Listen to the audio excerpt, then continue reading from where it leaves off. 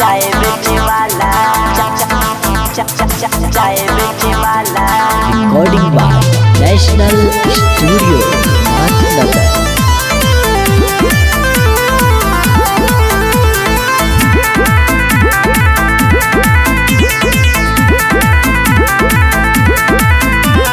चार साल के नौकरी के करे जाई भाई हो, बेकारा ले निका माथे टोकरी उठाई हो।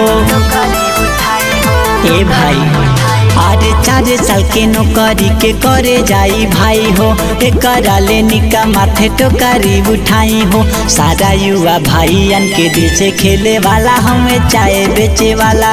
40 साल की नौकरी के चरकल करे वाला हमें चाय बेचे वाला।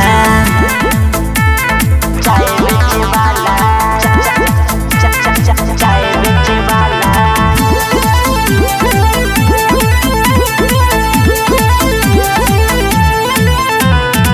पहले तो नोटबंदी योजना ले आइले, फिर कोरोना महामारी बतैले, सब खा गईले।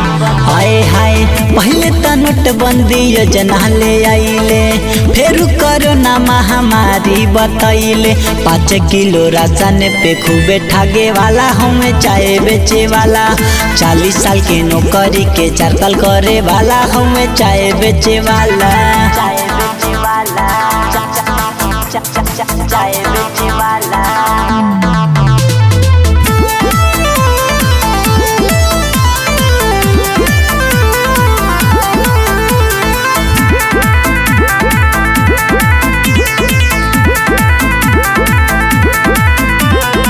कृष्णा पुजारी कहीं के तना ले लीला, पूरा कैरेक्टर के हो गईले ढीला, बुझाइल हो।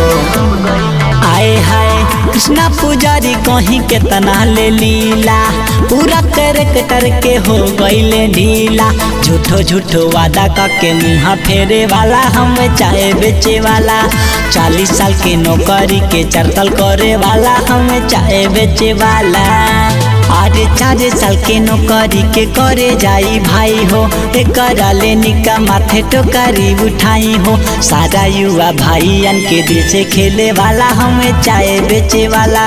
40 साल के नौकरी के चरकल करे वाला हमें चाय बेचे वाला। चाय बेचे वाला।